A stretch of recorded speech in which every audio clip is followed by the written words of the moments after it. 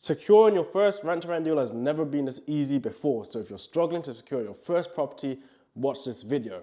So if you're wondering who I am, my name is Destiny Ockerson and I've been doing rent-to-rent for over 2 years now. And if you're wondering whether or not to listen to me, I made £10,920 last month from properties that I don't even own, so listen up. So you may be wondering, what is this new method? Why is rent-to-rent going to be so easy carrying on from now? And that's because of the Renters' Rights Act. So if you're hearing about the Renters' Rights Act and landlords panicking, and some people are saying this is the end of property, don't listen.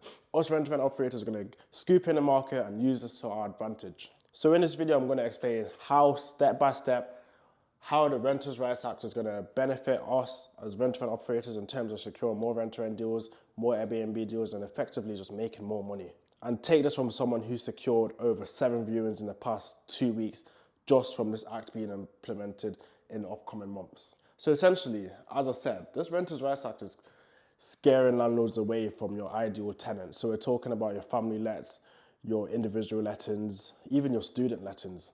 Okay, so landlords are more applicable to obviously take on a company let agreement. And this applies to agents as well. As you can see here, we've got landlord fair, company lets, landlord want. Okay, so landlords fair no section 21, and this is essentially what the Renters' Rights eradicates. So it eradicates section 21, which essentially allows tenants to leave their tenancy agreement with no notice, which landlords obviously don't like. Because the reason why landlords buy properties for that certainty, okay? They know how much money they make month in, month out, okay? And with this new Renters' Rights, it creates uncertainty, which is landlords' biggest fear. Hence why I'm saying this is so easy to secure your first rent-to-rent deal with this new right being implicated. So as I was saying, this act here is not just a legal change, it's a behaviour change. Landlords are now going to behave differently in terms of who they're letting take on their property. And when behaviour changes, money moves around, okay? Money moves from the tenant to us, the company operators, okay? Which we obviously get in the market and want to obviously take these properties away and obviously rent-to-rent them and start making our money that way. So essentially, what the Renters' Rights Act, it eradicates section 21, okay? It strengthens the tenant's agreement in terms, it strengthens tenant power, okay, which is bad for landlords. Landlords don't like that at all, because why is a landlord buying a house, putting down like 50k deposit on a house for them to have less power than the tenant, okay? And it eradicates your set month contracts, and it implements rolling tenancies. So this obviously means that your ideal tenant has a rolling tenancy, so there's no end to the contract essentially. And this is really bad for the landlord, especially if they want to evict the tenant. And it obviously eradicates that certainty because they won't know whether or not the tenant's going to leave this month or stay the next month. And obviously landlords buy for certainty, as I said. So whether or not you agree with this new Renters' Rights Act, it doesn't matter, okay? It's how it affects landlords it's how it affects us as company in terms of securing our next deal. So as a rent-to-rent operator, you either make your choice, okay? You ignore this Renters' Rights Act and you just carry on pitching to landlords the same way. Or you use this to your advantage, which I've used this past 2 weeks. I've got 7 viewings in 2 weeks using this new act. So it's either you watch it happen and you don't take action, like what all landlords are doing. All landlords are taking action. All landlords are switching their tenancy to company-let agreements rather than your standard AST. Or you take action like me as a company and go hard, go all in, and use this to your advantage in terms of securing your property deal. So yeah, as I said, for years, the landlord's main problem is void periods, okay? Because they have to pay a mortgage if the house isn't fully paid off. And the reason why they're buying these houses is for that passive income, as I said. So this is the landlord's biggest problem. That's the rolling tenancies. That's the fear of having that void period, fear of having that month where you're not getting paid. So us as companies, we can scoop in, use that as to our advantage and take these properties from landlords on a company let and obviously promise them that monthly payment. As soon as it hits that time, you'll send money to the bank. Obviously, these promises is what keeps you in check with the landlord. And these promises is what builds a relationship with the landlord, which obviously allows you to get more and more property deals. And the thing that differentiates us, companies, to your ideal tenants is that we place promises.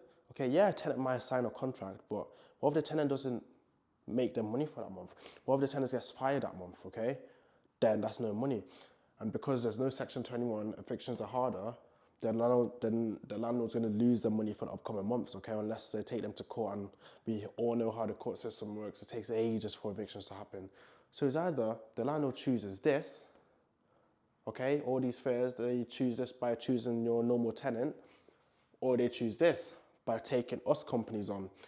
So you have to use this to your advantage if you want to secure your next deal in the next 30 days. So yeah, as I said, landlords are scared of choosing the wrong tenant and being in a long legal dispute in terms of evicting the tenant and not being able to regain control for their own property, which leads them to selling the property, okay? It's either they do that, sell the property because they've chose a shit tenant, or they choose us companies and take us on board, and we obviously pay them month in, month out. And when they then move forward to buy more properties, they'll give us the properties, okay? It's all about building relationships.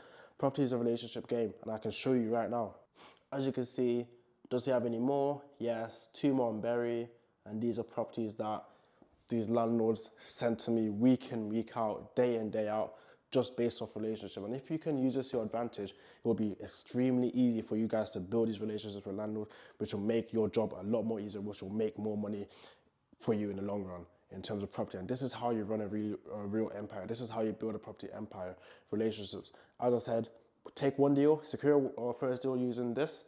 We'll go through all the rest as time progresses, but secure your first deal using this, and then use that deal to build more and more relationships to build your rent-to-rent empire. So we spoke about how the landlord fares, no Section 21 hard eviction and rolling tenancies. Now let's speak about what landlords do want, okay? As I said, certainty, that's the key one.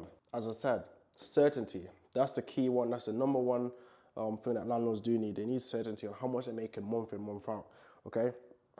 Predictable income, that aligns with certainty. Obviously, knowing how much money you're making, they can predict how much they're making month in, month out. So that can obviously align with a spreadsheet, so they can create spreadsheets to obviously be more efficient with their business in terms of buying more, because landlords buy and we use the properties that they buy to sublet to Airbnbs, temporary accommodation, or rent to HMO. So they also want one tenant, and as a company, we come in as one tenant in terms of a company body. So we'll be the company body managing that property, which is essentially one tenant. So we're ticking all these little points and less risk, okay? Because we're a company, the landlords won't have to face any of this, okay? They won't have to face any of this. So they'll get all this from us. These are our promises. You choose whether or not you want to stick to your promises. I stuck to my promises and look where I am now in terms of how much properties I have. So you want to stick to your promises, and that leads to less risk for the landlord. So if you stick to this, to that, and to that, it will lead to this, okay? And this leads to more properties being in your pocket, which equals to more money being in your pocket. So with the Renters' Rights Act, here's the mindset shift that people don't understand with landlords. So when landlords feel safe, they chase yield, okay? And at this point, landlords are not safe at all. With this new Renters' Rights Act, they're not safe at all, okay? But when landlords feel unsafe, in terms of now, they chase certainty. So with the Renters' Rights Act, certainty is the key word, okay, moving forward in terms of securing deals and in terms of landlords nowadays. So if you're a landlord knowing this, you'll agree with everything I'm saying, okay? So now as a landlord, you're chasing certainty. And with Company Let's, we provide certainty. As you can see, what I wrote here, one company, so that ticks this, one tenant. So we're ticking this box already. But just by inquiring as a company, we're ticking this box. One contract, okay? We're ticking the one tenant, okay? Reduce tenant risk. And we know all these points here, that increases tenant risk, okay? All these points here allows the tenant to have more power than the landlord, which the landlord doesn't want, okay? As I said, when landlord feels unsafe in the market, they chase certainty. And all of this does not provide certainty for you, does it?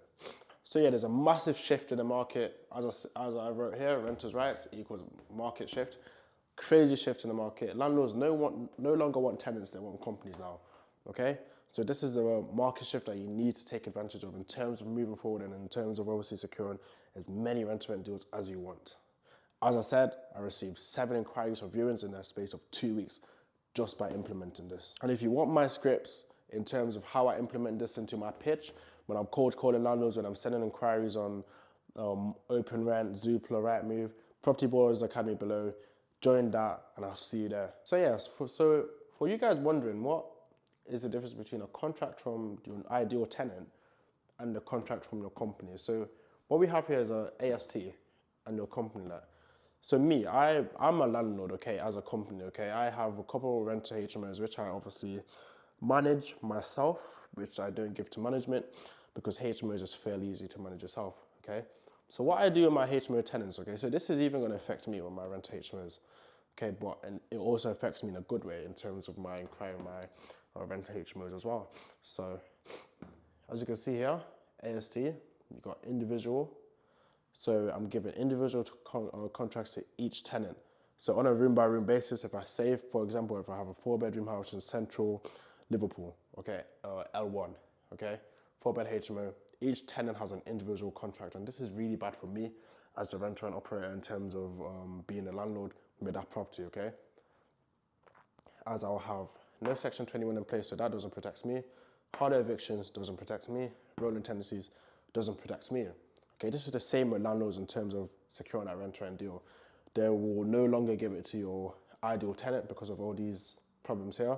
Now with your renters' rights, but in terms of your company let, which is a one contract, which I wrote here, which is a good thing for landlords, as it will be easier to obviously evict and etc. if any problems occur in terms of if you don't stick to your promises when you're inquiring, then they can kick you out. But in terms of your normal tenant, they can't stick to their promises due to obviously random circumstances, for example, getting fired.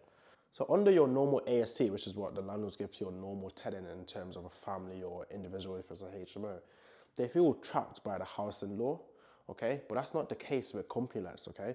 And you have to use this to your advantage, guys. Please do. If you want to secure your next property in the next 30 days, do use this to your advantage. So yeah, the landlord feels like they're dealing with the housing law, okay? As the housing law is obviously protecting your tenant. But the difference between that and a company let is when a landlord deals with a company let, they're dealing with a business. It's not a personal issue, okay? That's the difference. Okay, ASC is more personal, but company let is purely business. And this leads to a market shift. So landlords that will reject company lets beforehand, before renters' rights, will now accept it. So yeah, so company let, you have your business tenant, which is yourself. As a renter and operator, you've got your contract law, you've got control of the property. So in a sense, you don't own the property, you're taking it under control. You've got your commercial lease forfeit, in terms of landlord can take the property back. You've got your agent and landlord fees in terms of when you inquire to properties through an agent or sometimes through a landlord, they may put add a fee. So that means more money for the landlord. But obviously you'll make your money back in the long run or even when you break even if you do your numbers right. So yeah, let's move to post-implementation of the Renters' Rights Act. So this is beneficial for us as we'll have more access to stock. So your ideal family house, your ideal family townhouse, for example, instead of being rented out to a normal family, it will be rented out to us as companies, okay? This gives us more options, more opportunities to get in the market, and it makes it easier for us to obviously get started. So now, within the property market and the rent-to-rent space, there's excess supply of properties. Okay, I can say that as a rental operator myself. It's been a while since I've been able to secure 7 viewings in the space of 2 weeks. I can say now that the property market is an excess supply of properties in terms of whether or not they should give it to a family, to a company. Okay, a company let is more applicable to landlords now as they face more benefits now rather than giving it to a family. I mean, to be honest, the thing with company lets is that the landlord fears that the company is not going to make money through the property for some reason, and that's why most of them say no to company lets. So they'd rather face the fear of the company not being booked that month or not having a tenant that much for rent HMO or not even being able to work with the government if they're going through temporary accommodation, than face the fear of the tenant not leaving, okay, because it takes up to 6 months. Okay, I'm business partners with a big time landlord in Manchester that has over 35, 40 properties, okay? And in terms of evicting tenants, it takes over 6 months, even 4 to 6 months. Okay, so they'd rather face the fear of a company let not going well, company not paying them maybe 1 month, then company goes out straight away because there's no tenant risk and there's only one contract rather than AST. The contract's really different, okay? If you're on my academy below, you'll see the difference between AST and company let because I have them both for my rent HMO students and my Airbnb students and the students that obviously take properties on a rent-to-rent basis. So you see the difference in contract and you can tell if you read through both contracts, it's way easier to evict a company rather than evicting a tenant on the AST, okay? So yeah, back on post-implementation, more access to stock, excess supply of properties now for us rent-to-rent operators, which is happy days. We can secure more properties. They rather choose companies rather than individuals, and that's the main thing. Yeah, and this is not only just for landlord. Because of this has led for an increase in demand for flexible stays. So more people are choosing Airbnbs rather than staying in hotels now. And you may be wondering why, okay? This is because location freedom, longer term bookings. Because say if I was to go to a hotel now, yeah, and I was staying for the whole month, okay? That hotel cost me £97 a day for the whole month. That's pushing £4,000. Okay, but say if I stay in an Airbnb for that month, it's way cheaper, and that's another reason why. So more people are staying in Airbnbs because the market is changing in terms of the workspace as well. There's more remote work now, and people have flexible jobs where they're commuting from city to city to obviously work. And when they're commuting, they need a place to stay. So more people are having this type of jobs nowadays, which is boosting demand for Airbnbs. So if you are wondering whether or not you should take on a rent-to-rent for Airbnb, just make sure your location's right. Make sure that location that you're studying, and I like to say master one location. So that location that you're mastering, make sure it has location demand and tenant demand in terms of that area. So we're looking at stuff like hospitals, near city centres, etc., etc. You get the gist now. So yeah, as I was saying, okay, the Renters' Rights Act doesn't kill property, because I've been seeing a lot of controversial opinions online saying the rent-to-rent market, not rent-to-rent, the Renters' Rights Act is completely killing the property market.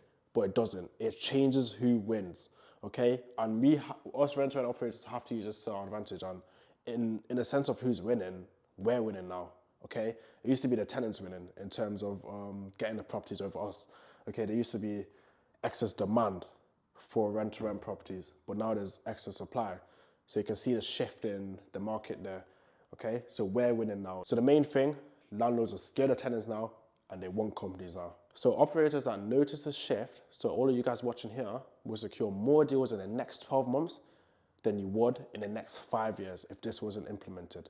So if this video helped you in terms of, gave you a bit of ease in terms of getting started on rent-to-rent, hit that subscribe button. I'll have videos like this coming in week out, day in the life on the weekends. So click that subscribe button, grow my channel with me, and I'll see you in the next one. Peace out.